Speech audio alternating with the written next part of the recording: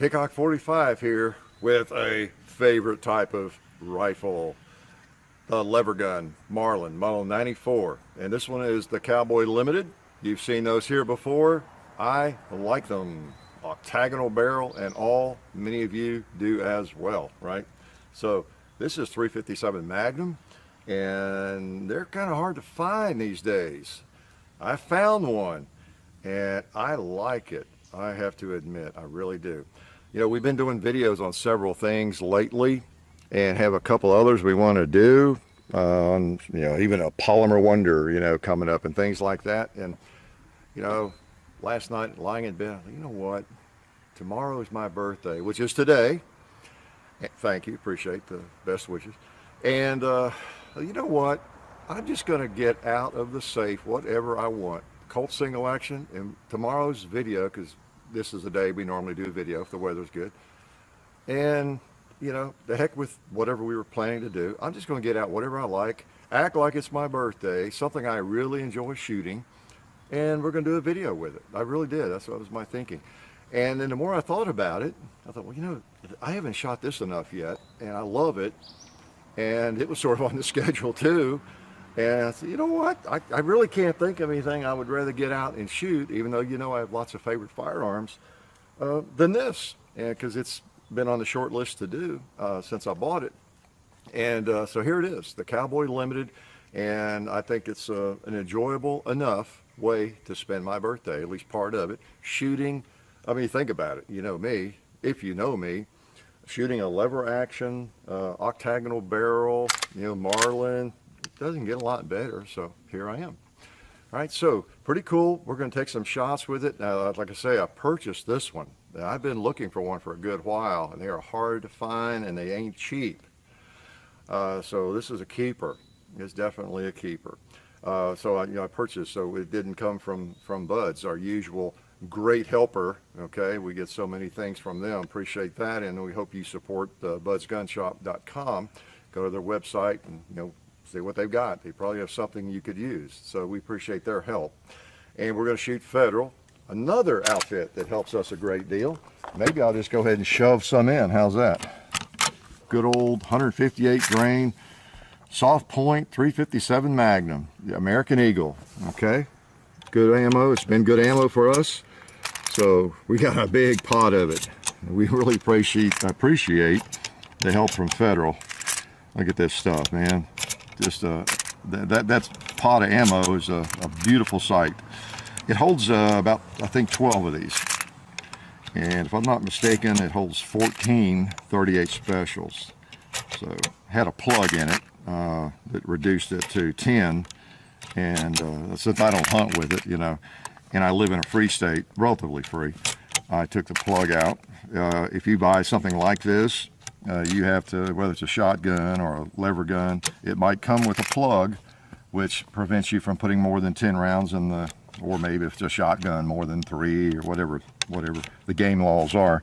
So be aware of that. You don't want to remove that if you're going to be hunting, or if you're in a state where there's too much velocity or too much capacity. Okay, your government officials do not trust you with 12 rounds. You can only have 10.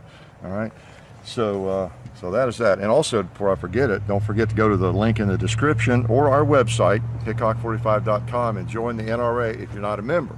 Okay, you know, do what you can for the cause.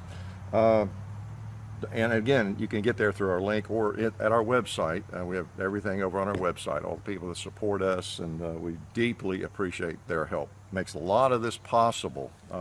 Our ability to bring you, firearms, just lots of things. Shoot them as much as we want. So we're a lot luckier than we deserve. What else can I say? So let me take a couple shots with this, okay, and see if it shoots. It seems to. 357 Magnum. You know what I'm going to do, though? I want you to take a good look at it. Got that on safety cock. Isn't it pretty? Okay, this one was made in around 2001 or 2002. Early 2000. It's a JM model. Of course, that's why I was attracted to it. But I'm going to put this ugly limb saver on it. Okay, so look how beautiful the stock is. It is pretty wood, isn't it? And you know, it just helps me. It's not too much recoil, but it helps me with the length. Can't talk today. Okay, let's just shoot. I think it's appropriate to shoot a cowboy first, don't you? There you go. Let's get that other cowboy. Took out the desperados first. And the gong. Let's take out the gong early on here.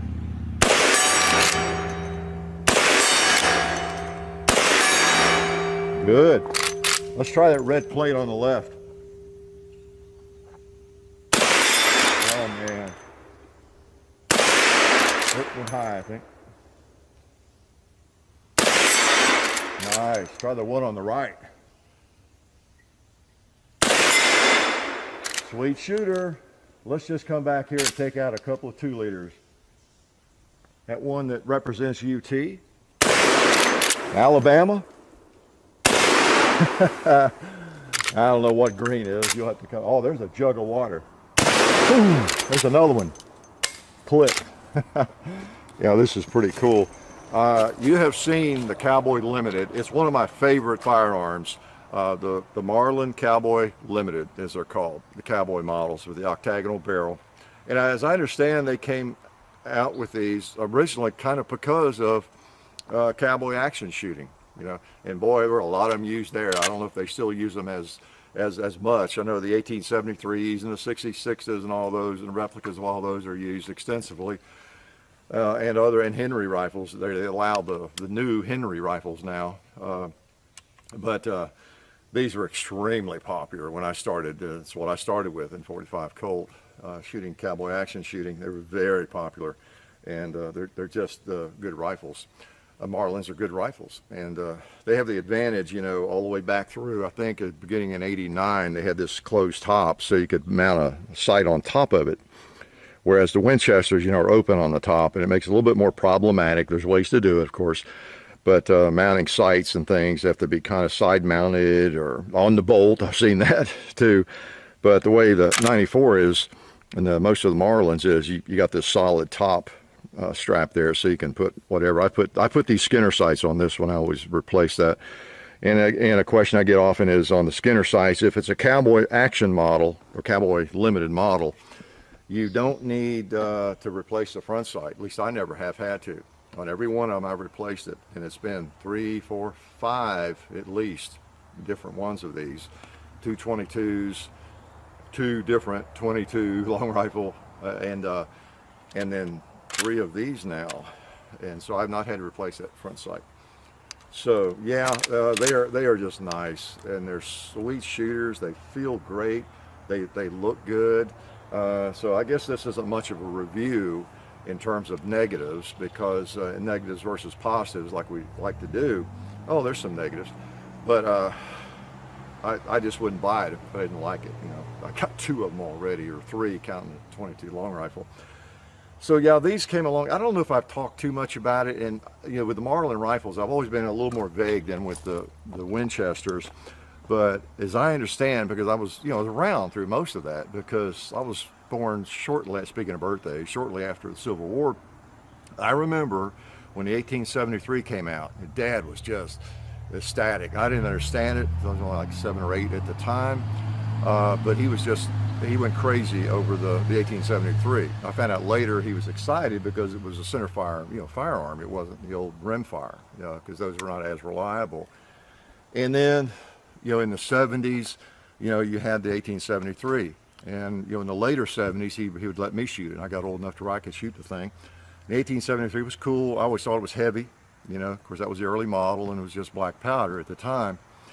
But it was neat. It was neat. I was, into firearms pretty heavily at the time, and I used to read all the dime novels. I remember when, Custer and Hickok were killed in, I guess, 76. I was about 9 years old. That was a big year. A lot of crazy things happening. But we would shoot, around the ranch, and I would shoot mostly the Winchester at that time. But then in the 80s is when Marlin came along with, I think it was 1881, that big bore lever gun of theirs, the first one to chamber those big cartridges like 45-70. Again, Dad was happy he bought one of those things. and it kicked like crazy. I wasn't as big then, but I always thought it kicked a lot. So it wasn't until in the later, let's see, 1888, they came out with the, I believe it was 88, firearm more like this, and then in 89 they tweaked it, and I think that's when they started closing off the top strap. Up until then, there'd been an open top like a Winchester. So in 89, I think was the first time they looked more like this. And then they tweaked it a little bit more, and by 84, and voila, here's what you ended up with. And Dad bought one of those too. So interesting times. Some of it I remember, some of it I don't.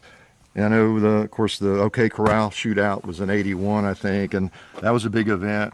You know, it was just dominating the newspapers, and that's all the adults were talking about. I didn't quite fully understand what all that was about, but they were into firearms, and so they found that interesting, and it was a big news item, you know, of the day. So, but when Dad bought the 84, I loved it because it was in pistol caliber, you know, chamberings, you know, 44-40 was his, and I shot the heck out of that thing, as much ammo as we could afford, and so I'm glad to see it again, because up around the mid-30s, I recall they quit making them. And we were kind of in the market for a new one around 1940, but they had quit making them. So all you could find were used ones. But there just wasn't as much interest in the 30s, you know, for pistol caliber lever gun, I guess. There were a lot of other good lever guns. But guess what happened? Around the 60s, when 44 Magnum, you know, had been out a while, 357 Magnum, all these Magnum pistol cartridges and handguns, you know, Marlin decided to bring these back. So that was cool. That was cool. And here they are. And then cowboy action shooting, you know, that has caused them to be very, very popular. And they're still making them. I don't know, you know, now the new Marlin company. So, you know, obviously I've witnessed a lot of history with Marlin and Winchester. But these days I just don't keep up with it as closely because, you know, let me load while I'm talking, because, you know, now sometimes there's quality control issues, and they bring out some of these old rifles and then they don't make many of them. And I think a couple of 3 times, particularly with the 94, which is what this is, Model 94, I understand they've had some quality control issues. And then I think they even suspended production of it for a while, and then maybe they were making it again. I think at their website they are showing like this gun available in a 20-inch barrel, if I'm not mistaken, at least as I talk today, here on July 11th. But, you know, who knows? Who knows? I don't want to bash them too much. Many of us are really sad that that Marlin, you know, was sold, and that their quality dropped, and there were serious quality control issues. You've seen me do the 95, the new one, you know, and pointing out some of the, you know, the fit and finish on that thing and how kind of pathetic it was. You notice on this one, for example, the wood, you know, the beveling and everything, you know, it's looks more like what it ought to look like. You know, nice wood, the fit and finish is good. The gun so far has worked just fine. So anyway, we hope Marlin gets their act together.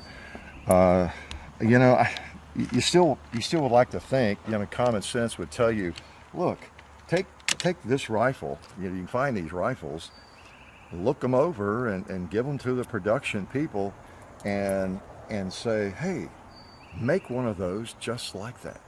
Think you can do that, you know? What does it take? What do you need? You need more quality control people? Need the line to move more slowly? What do you need to make that rifle matched in quality, you know, fit and finish and operation and everything?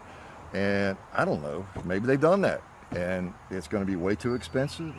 I don't know to do that. But anyway, we would like to see that, because we don't want to, while we are a little upset with Marlin or Remington, whoever, we still want to keep making the things, because they are one of the premier lever guns of all time.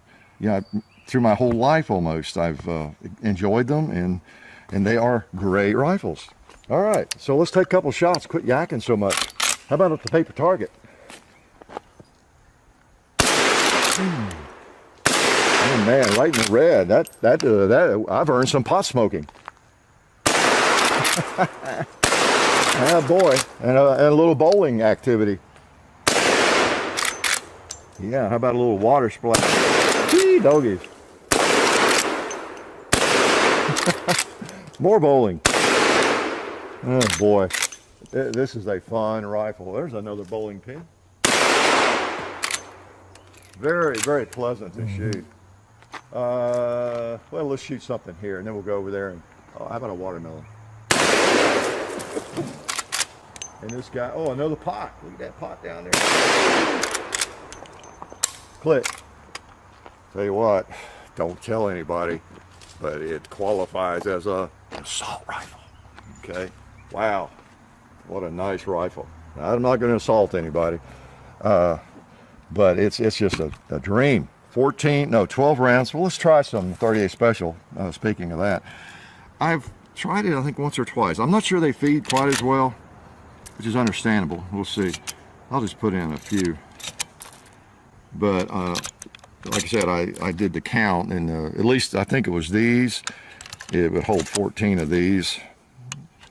Sometimes there's a little variation on length, depending on what bullet is loaded.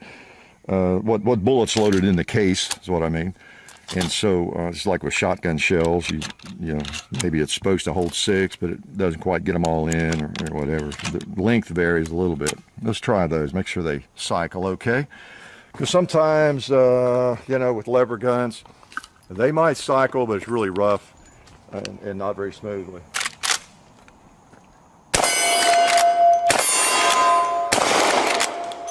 Let's hit that clay pigeon.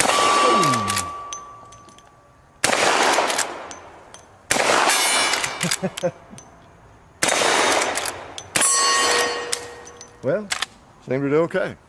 Yeah. So there you go. Now you really do have high capacity. Don't tell anybody. High capacity. Yeah. So you get a couple more extra rounds of 38 Special. I don't know. It depends on what you pay for your ammo. This is obviously carry ammo plus P, which you know, I'm a lucky individual in that I don't even know the exact price of this ammo to compare for you. I'm sorry, that's the kind of the benefit that again, we don't deserve. But I think with standard range ammo in 357, it may not be all that far off of what the cost is of a good, you know, carry round, you know what I mean, a hollow point like that. So if you find some 38 Special that, you know, you really don't want round nose or pointed bullets, but if you find some that's not a premium carry round, you know, that might be, you know, something you would shoot more in here. You wouldn't obviously shoot that much. If you want that kind of, I don't know, like power or efficiency, you know, you're probably hunting. So go ahead and use 357 Magnum. That's good to know, though. It seems to feed those. I couldn't remember. It'd been a while since I tried that. I thought it did okay, but I thought it got rough on one or two of the cycles, maybe not. So, about the rifle itself, you've seen these before here. This does have the crossbolt safety, which a lot of people like me, purists, we tend to ignore it. And I'm not telling you to ignore a safety. You might need to use it. I still, you know, being old school and having grown up, you know, in the 1800s, I still just rely on the hammer. You know, the hammer and my finger off the trigger and knowing when there's something in the chamber and that kind of thing. But one of the safeties I've talked about before is I'll load one of these up if I'm on a hike or shooting around. I'll fire it at something, and then I just won't work the action. That's my safety, basically, right there. I know there's a dead round, you know, an empty round under the hammer, and then, you know, carry it around. Then if I want to shoot it again, put a live one in and shoot is one of the things I do. But you observe all the rules, you know, gun pointing in the right direction, finger off the trigger, all the things that the Cooper's 4 rules, at least. You know, if you observe those, you're in pretty good shape. So let's shoot some more Magnums and see if there's any other lies I can tell you about this. Again, this is the Cowboy Unlimited. No, Cowboy Limited. Yeah, okay. Oh, it's limited. What's the limitation? I thought the gun was unlimited. But to me, it's kind of the premier Marlin in these model 94s. For one thing, it's partly because of my size, my height and everything. It just feels better. It's more like a real rifle.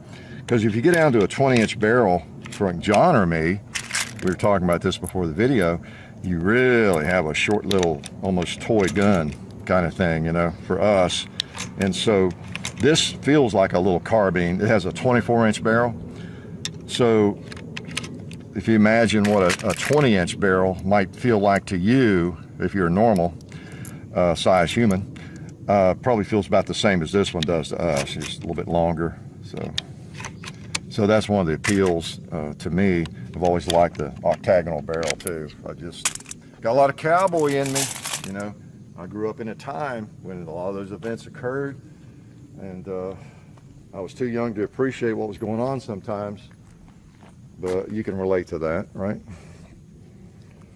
I was just glad when it, you know, we got into the 1920s when Dad finally bought a car, and I didn't have to carry these things around on horseback all the time. So I would get to ranges and out into the desert and different places a lot more easily on a weekend and shoot, you know, even when I was working. So it worked out pretty well. All right, you know what we've not done? We have not brought any game home yet, have we? All right. Let's see. I didn't get to do a lot of buffalo hunting back in the 1870s. I was pretty young, so let's do a little right now. 357 takes it over.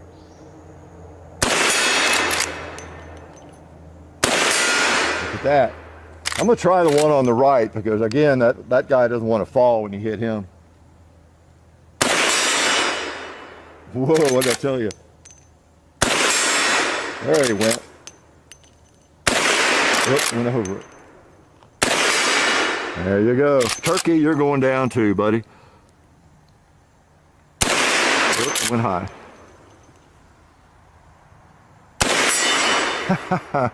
This thing is a joy to shoot. Got a couple more bullets. Oh, here's a 2-liter right in front of my face. Got another round. Mr. Gong, I'm gonna hit you again.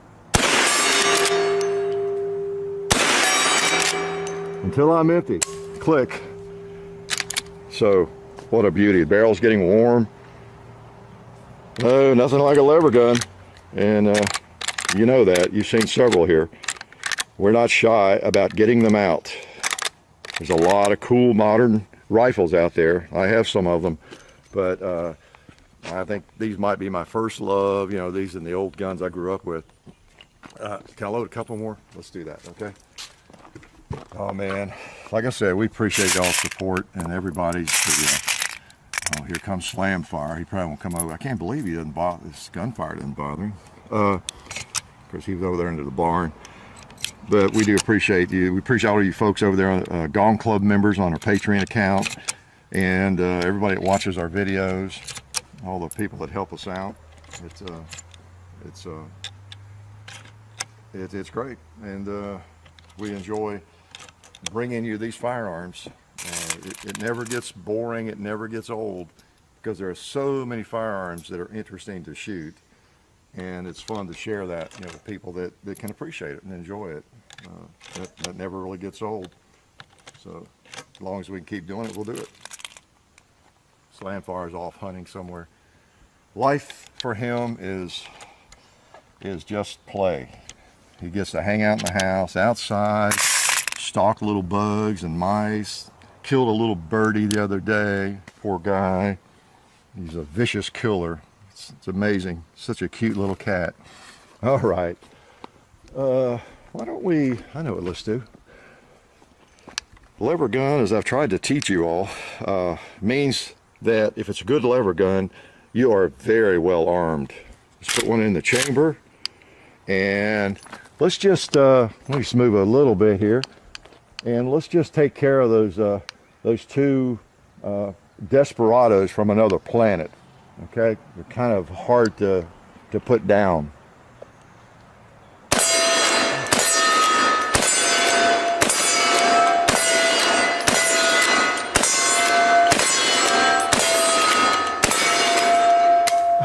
Click. Yeah, I mean, you can just pick off targets and you can reload it pretty quickly. Isn't that cool? Look at that gun smoke coming out of there. Yeah. So I don't know what else to say about it. It's like some other firearms that I like. I could slobber over them all evening. If you like shooting, you enjoy firearms, you have any interest in history, you know, how can you not enjoy a lever gun?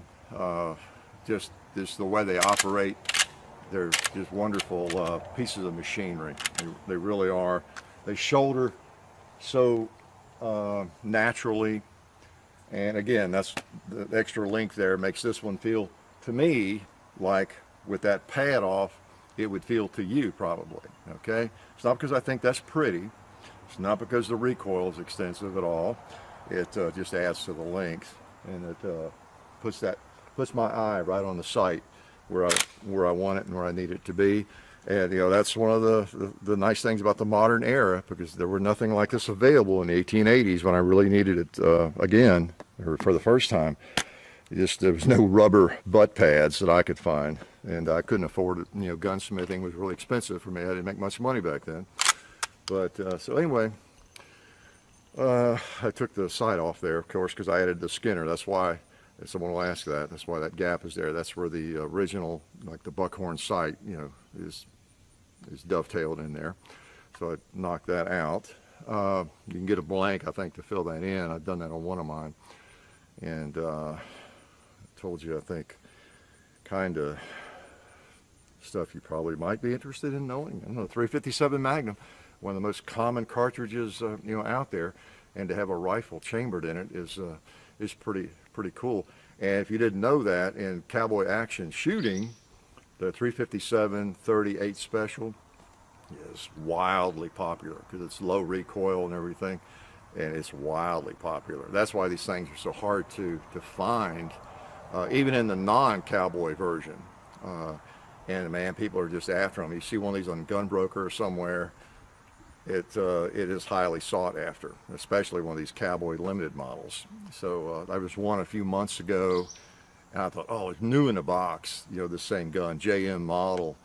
And I even bid on it a few times. Oh, that thing got up to astronomical pricing. You know, a Marlin. You know, I thought, wait a minute, I'm not going to put that kind of money. You're not going to buy a vintage Winchester or something for that. You know, this one wasn't too outrageous. So anyway, I ramble too much.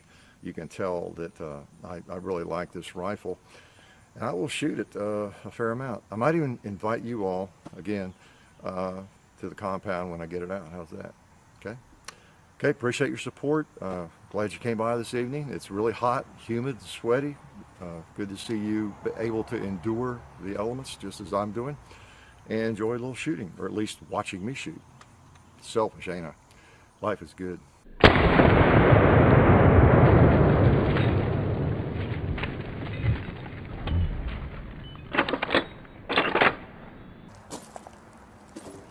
All right, welcome to the end of the video. It's good to see you guys here. I want to tell you guys about our friends over at SDI, the Sonoran Desert Institute. You can find them at sdi.edu. They are a fully accredited online distance learning program where you can become certified in gunsmithing or get an associate's degree in firearms technology. And they also accept GI Bill. So check them out at sdi.edu. And while you're on the internet, please also check out some of the other stuff we got going on. There's the Hickok 45 & Son YouTube channel. There's the Hickok 45 Facebook. There's The Real Hickok 45 on Instagram. There's Hickok 45 on Twitter. I've got John_Hickok 45 on Instagram. There is a John Hickok Facebook page. We have full30.com. There's our website, hickok45.com. We keep it simple for you. You can also find our store. We sell shirts and stuff like that on the website. There's also links on the main channel page and in the description and all that good stuff. And please be sure to check the descriptions in the videos every now and then, because we'll put information in there sometimes that might be useful to you. Who knows? But I appreciate you guys for watching the whole video. I hope that you enjoyed what you saw. I'm sure that you did, and if you didn't, we'll probably hear about it. But I'll see you guys later, and thanks.